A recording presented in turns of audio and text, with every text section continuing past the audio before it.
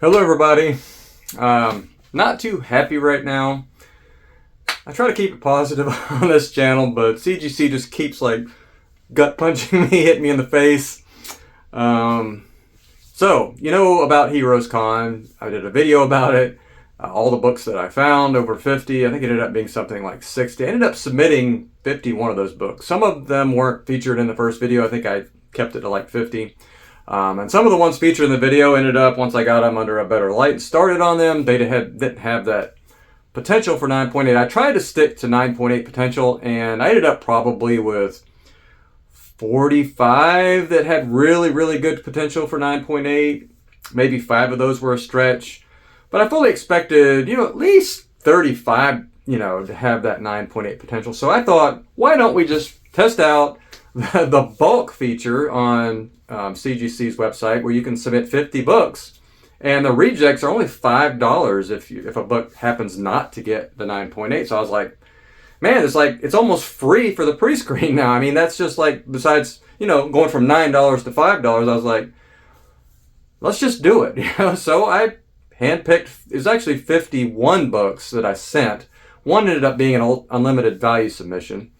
And the 50, though, for that bulk were all of the books that I picked up at Heroes Con that I thought had even an outside chance of 9.8. I was like, I need to submit 50 to get the deal. 5 of these I probably would have never submitted. So I was like, okay, I expect to get 5, maybe 10 rejects, maybe 15 from the most harsh grader at CGC.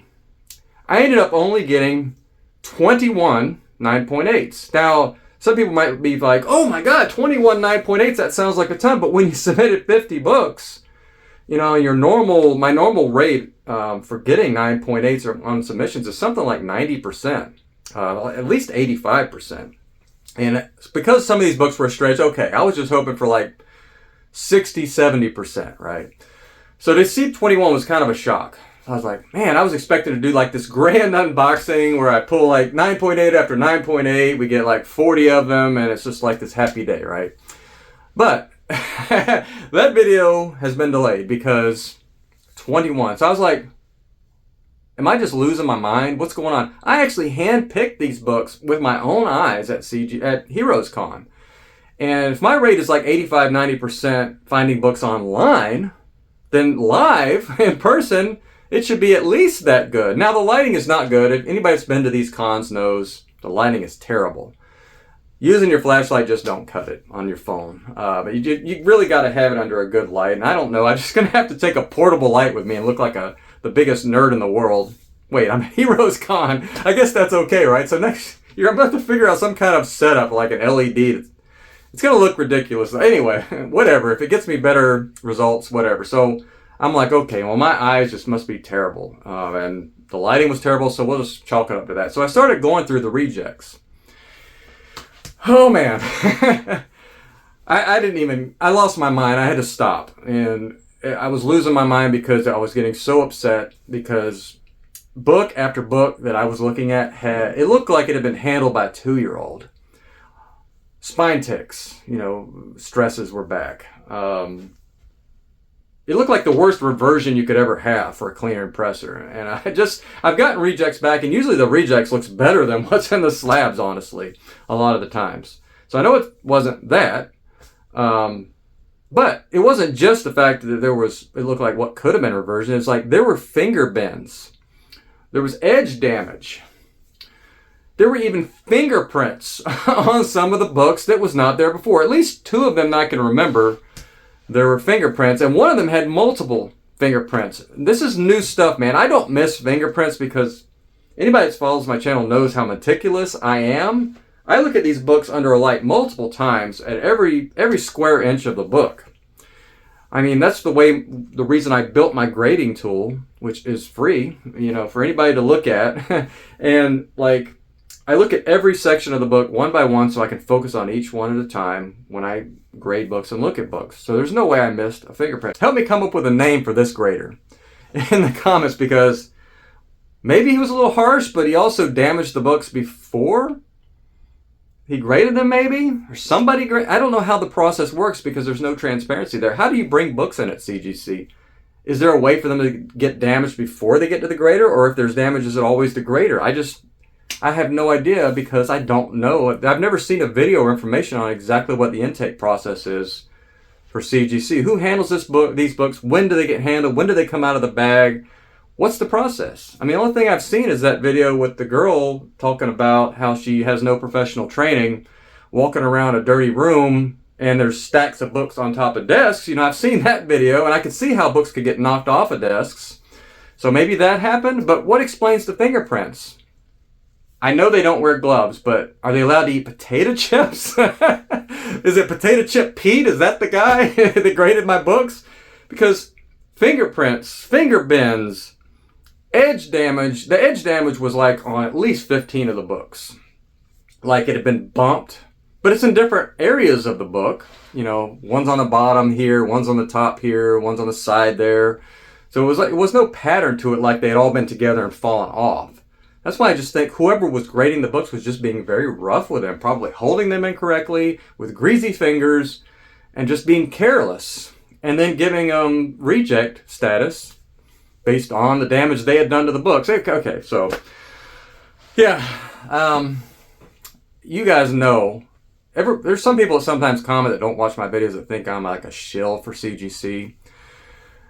Apparently you have not watched my videos because I am no fan of CGC in the way they grade books, but you get the most return and they're the gold standard if you want to sell your books for maximum profit. And I don't think the other grading companies are necessarily a picnic either. I mean, CBCS has its own issues, right? You've seen documentation on that.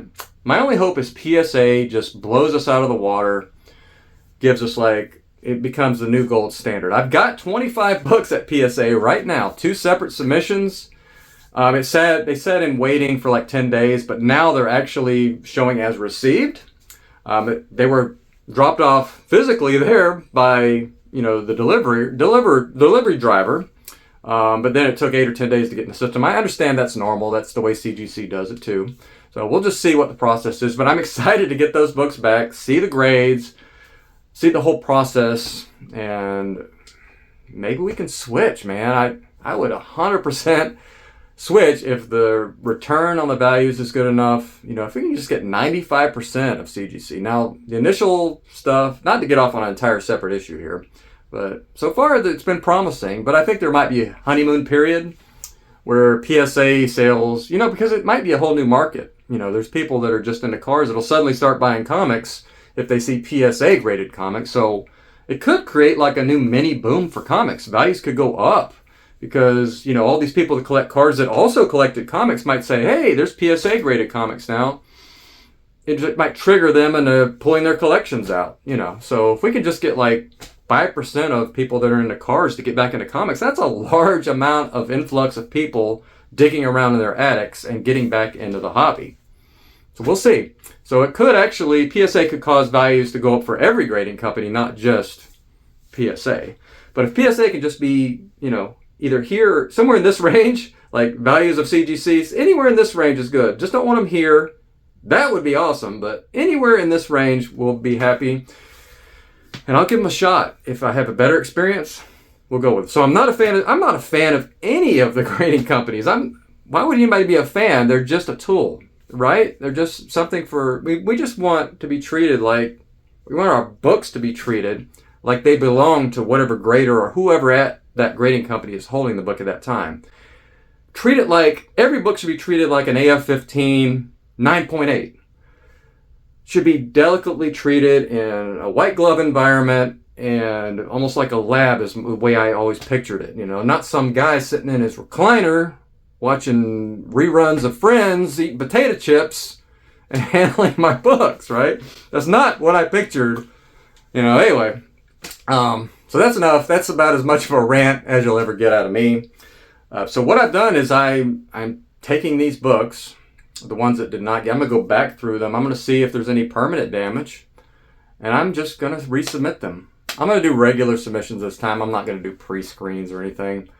I'm confident there's enough 9.8s there anyway to make it worthwhile. The only reason I did that bulk pre-screen thing is because it was a bulk thing, I was just curious, how many 9.8s could we get with using my own eyes? It was going to be this fun video, hopefully, but Well, that didn't happen. So, you know, I actually fast-tracked those submissions. Is it 29 books? You know, I fast-tracked those submissions. So we'll just see what happens when they come back. I'll probably not look at the grades of the ones. I'll show you the 21 pre-screens first that actually succeeded, and then we'll just go through the ones I resubmitted. So wish me luck. Stay nerdy. Thanks for watching. I'll see you in the next video.